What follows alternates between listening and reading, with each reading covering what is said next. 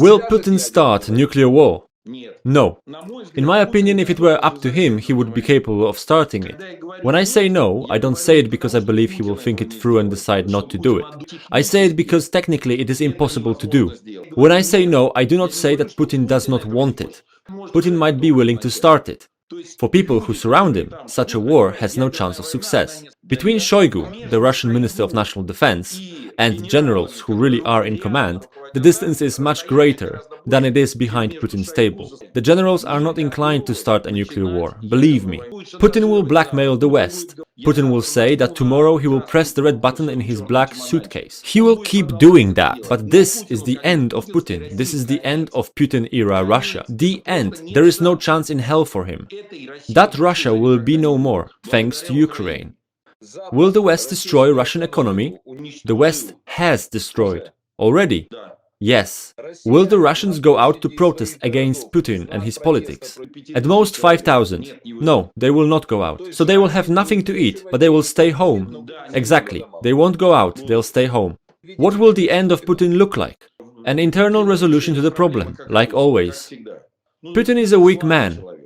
Weak and cowardly man. It is not a question of a guarantee. Nobody will give him any guarantees or security. He doesn't understand it, that the Putin-era Russia is gone. As soon as he will get it, and he will get it once he speaks with his inner circle, he will understand that the military is not with him, the secret service is not with him, and so forth. And these people will want to start their retirement early so that nobody gives them grief about what happened. But they will take care of them nonetheless. Anyhow, nobody will give Putin any guarantees. Never going to happen. No way. It will be a kind of a palace coup. It can be a gentle one or a vital one.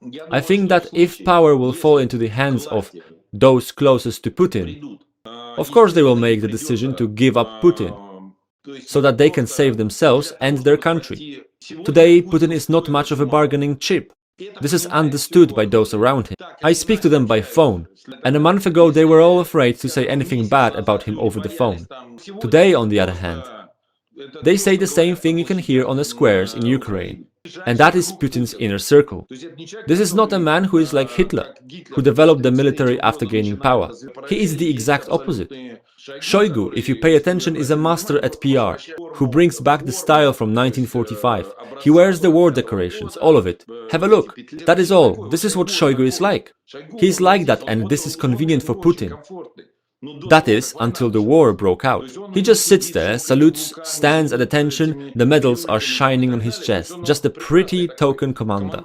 Meanwhile, for the last 20 years of their governance, the army has been degraded, demoralized, everything got stolen away.